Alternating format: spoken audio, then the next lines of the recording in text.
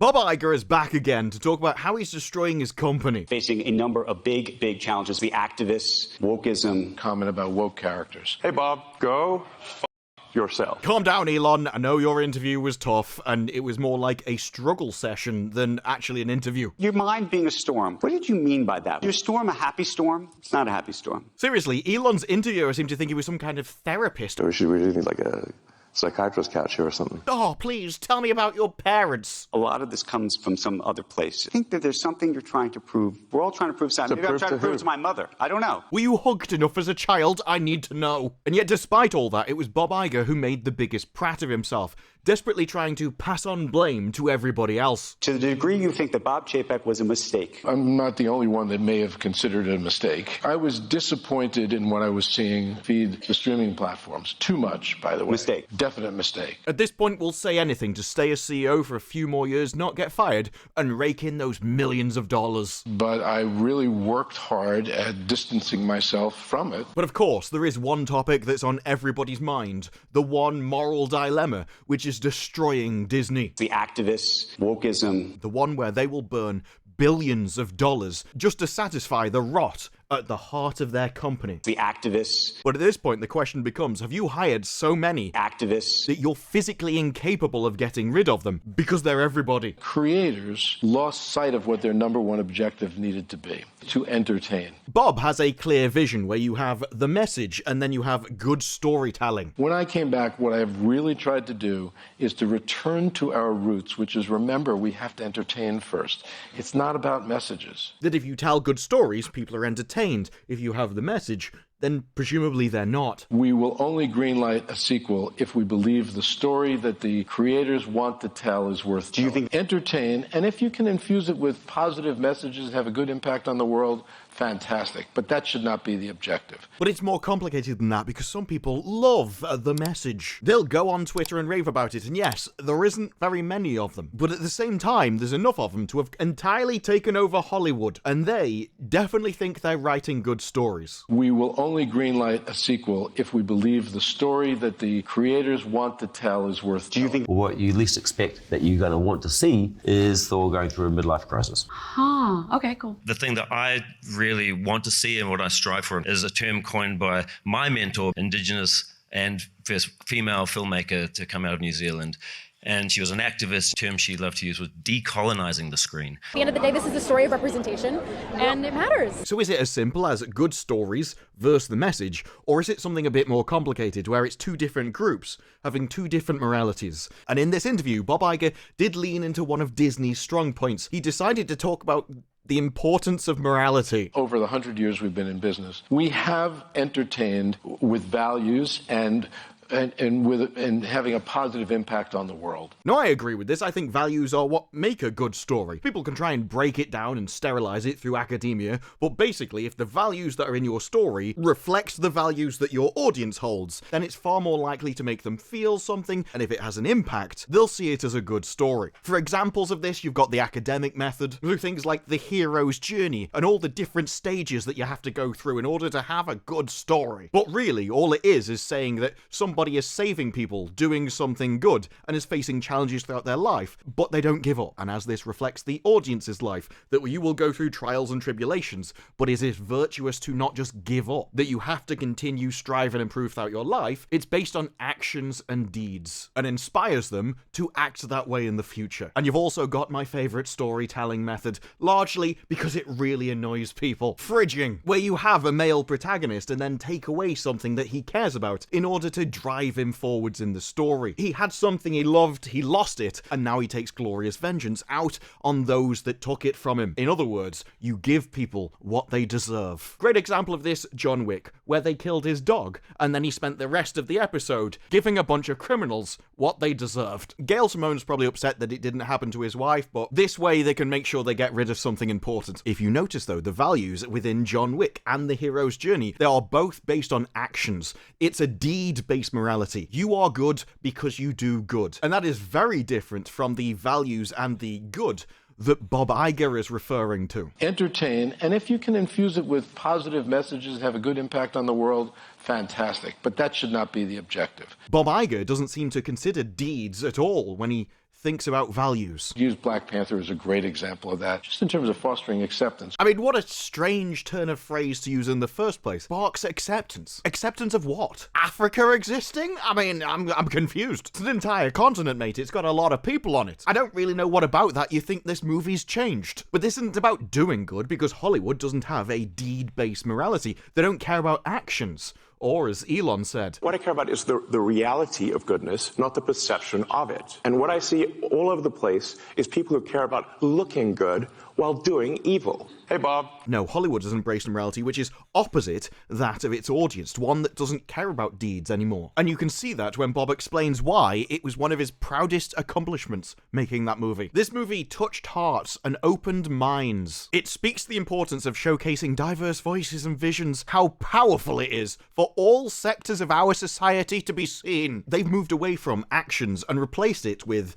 identity. You're not good because of what you do. You're good because of what you are. When he speaks about infusing values and morals, doing good in movies. We have entertained with values and having a positive impact on the world. When he talks about inspiring people, he's not on about the actions and deeds of characters and whether they are morally right. He's referring to the identity of the characters and who they represent in the world. This is why you end up with incredibly bizarre stories like Secret Invasion, where the invading alien race who is trying to cause the apocalypse are still seen as the good guys, where you have Samuel L. Jackson say that he was the one in the wrong. You really should have kept your promise. Breaking a promise to a 9-year-old is not reason to destroy the Earth. You're right.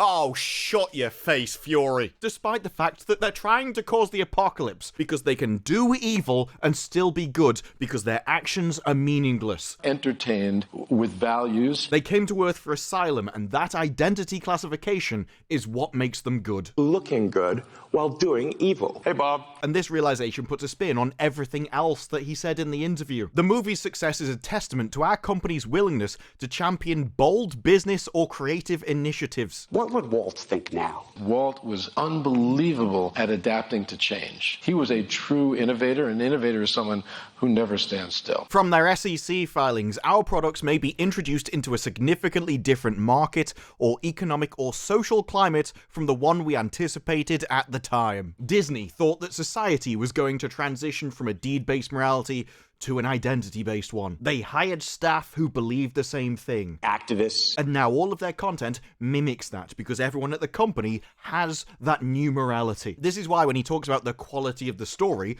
I don't think it's physically possible, because to them, they're telling good stories. They're putting all the people in that they think they need. That's their morality. That's their values. That's what resonates with them and makes them feel something about a movie. To them, that is a good story. The industry talks a lot about identity. You're pure evil. And you're just another man taking credit for a woman's work. Just means that our stories are worth telling, and I think the success review-wise of our film shows that our stories are worth telling. But to convince the audience of the same thing, you'd have to put their values, their morals in it. And there is no way their current staff can, because they can't even comprehend those values from an objective standpoint. At the end of the day, this is a story of representation, and it matters. This is why they go around attacking the audience. How Nia DaCosta came out and described critics of her movie as virulent, violent, racist, sexist, and homophobic because she couldn't physically comprehend their criticism. To her, it was a good movie full of moral messaging. Black girl magic! To not like it, you must disagree with the values within it. That means you've got an opposite morality to her, which makes you evil. And that makes you fair game for any and all criticism she could possibly provide. And what slurs did she throw at the audience? Those that accuse you of attacking the identity of the people involved. Because that is the moral underpinning of the movie. Black girl magic! And there is plenty examples of this new morality being put into social media. We had a perfect one recently with Doctor Who. I had problems with that, and a lot of us on the production team had problems with that, of associating disability with evil. To Russell T Davies, it didn't matter the actions of this character. Evening, boys. Because in the TV episode, she didn't do anything. She opened up a wall that the Doctor could have got through anyway, but that was only after letting all of her soldiers that had been taken over by an alien species just walk out the door without even saying anything. Did she go through any of the clinical hero's journey? At no point did she learn anything or face challenges, because she didn't need to. Being there was all of the values and the moral messaging that was necessary. I've got this. Off you pop. Bye-bye. Waited your whole life?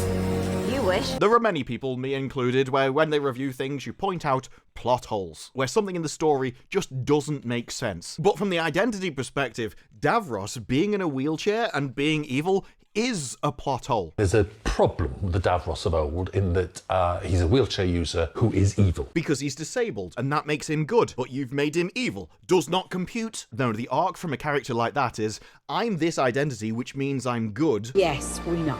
We know everything. Thanks. And you know nothing. The challenges that I would have to go through would be me somehow doubting that I'm actually good. I mean, is it sexist? Never said it to him when he was so clumsy. I know. So do I. But then realising that I'm good because I'm that identity. It's a shame you're not a woman anymore. She'd have understood. After all these years, I'm finally me. There are just so many examples of this. Saw this in Robin Hood. The Robin gang committed atrocious acts, but were fine due to identity. We're unstoppable. Yeah, we were. And maybe we shouldn't stop. Perhaps next time we can start mugging old grannies. Take back what's ours and give what we steal to our people. Get out, you stupid! It's the principle of the thing. Whereas the villain, the guy who never did anything wrong, is mistreated and attacked and persecuted throughout the entire series. Why would I ever believe that you're for real? Because the Hood kidnapped my son. He was returned, but this cannot go on. I would like to talk. And yet is considered the villain, while the good guys are the villains. And it's why Russell T Davies struggled so much. Because if somebody in a wheelchair is evil, well, that's a major problem. Because they're only in the TV show because they're meant to represent that entire group. I had problems with that, and a lot of us on the production team had the problems with that, of associating disability with evil. They have removed any element of being an individual, because an individual is simply made up of the quality of their deeds. Well, we got rid of all that. Now you are the identity. And that means you represent everyone with that same identity. And so if that one person is evil, he's a wheelchair user who is evil. It means every single person in that group is, which is why it becomes incomprehensible to make them suffer, go through challenges, or be the bad guy. There's a problem with the Davros of old. Because it goes from an individual's actions reflecting on them to now you're slurring thousands of people. I had problems with that, and a lot of us on the production team had the problems with that, of associating disability with evil. And this is why Bob Iger has such a massive mountain to climb, a problem that he will find impossible to solve. Because even if he was smart enough to recognise the issue, let's face it, he isn't. He can still spot that there's a problem with making good stories and the message being separate things. Entertain, and if you can infuse it with positive messages, have a good impact on the world, fantastic. But that should not be the objective. Whether he recognises the morality differences between them or not, he still knows that there's two groups of people, two distinct items. But for one to have a good story, they must have the message. And for the other to have a good story, they must have the values. Then these two things shouldn't actually be mutually exclusive. But they are. You could have somebody go through the hero's journey, sacrifice and save themselves, while also having a load of identities in it. It wasn't your fault. I think it was. I began to like it.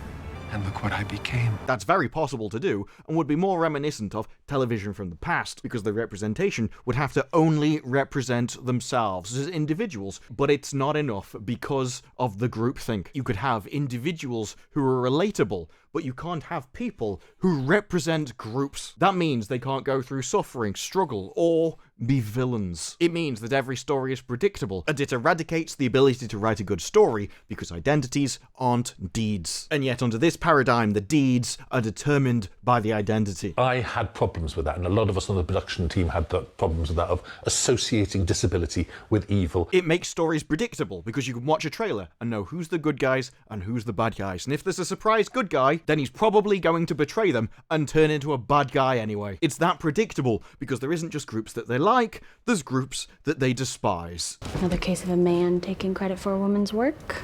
I'm not about to let a man take credit for a woman's work. The industry talks a lot about identity. Which ironically, because all of their values are inverted and everything they think is good is evil and everything they think is evil is good, you end up with the villains becoming the good guys, like the Meep in Doctor Who. You stupid woman with your weird child! Or John Prince in Robin Hood.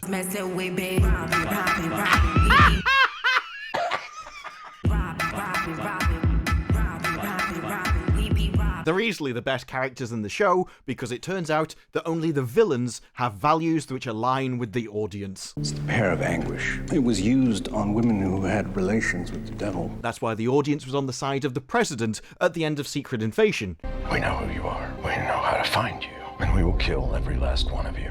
At this point, that's just justice for the Skrulls. They did want to wipe out 8 billion people on Earth, and then we're going to move on to the rest of the universe. But the show wasn't. I was relieved too, till I watched that hateful-ass speech you made. Real one-term president stuff. So Bob Iger can decide to play both sides all he wants, but you can't. You're going to have to pick a side, and I would suggest that you align with the audience. Your problem then, though, is you also need to have staff which align with the audience. They need to value deeds and morality rather than aspects of somebody's physical makeup. And because these two ideas are mutually exclusive, you have to really know what you're asking for. When you say you want good stories, you are asking for things to align with you. And there's nothing wrong with that, as much as Doctor Who would like to convince people otherwise. You've got all that power, but there is a way to get rid of it. Something a male-presenting Time Lord will never understand. Just let it go. Giving up power isn't a virtue. When there are two mutually exclusive outcomes, somebody's gonna have to choose. And when the customer has the money that the company wants, they are the ones in the position of power. They are the ones that get to decide where that money goes,